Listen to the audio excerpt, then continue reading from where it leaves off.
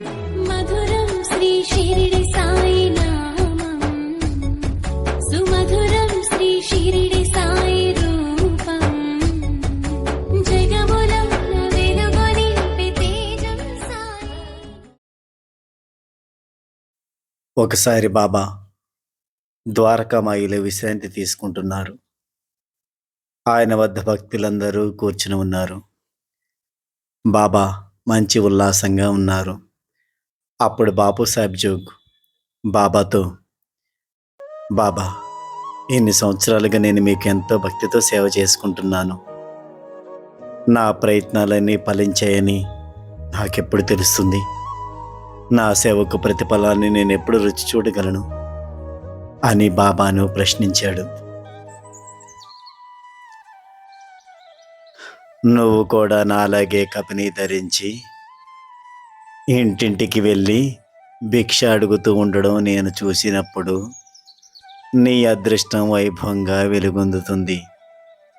నీ సేవకు తగ్గ ప్రతిఫలాన్ని నువ్వు రుచి చూడగలవు.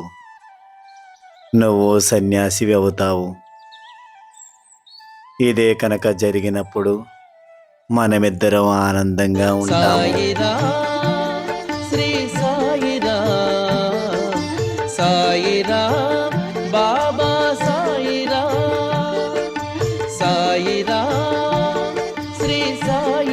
కొన్ని సంవత్సరాల తర్వాత బాపు సాహెబ్ జోగ్ భార్య మరణించింది.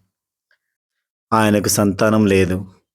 శ్రీ సాయిబాబా కూడా మహాసమాధి చెందారు. ఆ తర్వాత బాపు సాహెబ్ గారికి ఇక సంసారం కానీ కుటుంబ బరువు బాధ్యతలు ఏమీ లేకపోవడం వల్ల ఆయన సన్యాసం స్వీకరించారు. ఆయన జబ్బు పడినప్పుడు దాని నుంచి ఇక కోలుకునే అవకాశం ఏమీ లేకపోవడం వల్ల సన్యాసి జీవితమే ఆయనకి దిక్కయింది. ఆయన అంత్యక్రియలు ఒక సన్యాసికి జరిగినట్లుగానే జరిగాయి. పూర్తి గౌరవ లాంఛనాలతో బాపు సాహెబ్ జోగ్ని ఖననం చేశారు. ఒక ఆశ్రమానికి తగిన విధంగా ఆయన సమాధిని నిర్మించారు. బాపు సాహెబ్ జోగ్ సమాధి సాకోరిలో ఉపాసిన బాబా ఆశ్రమం వద్ద చూడవచ్చు. జై సాయిరామ్.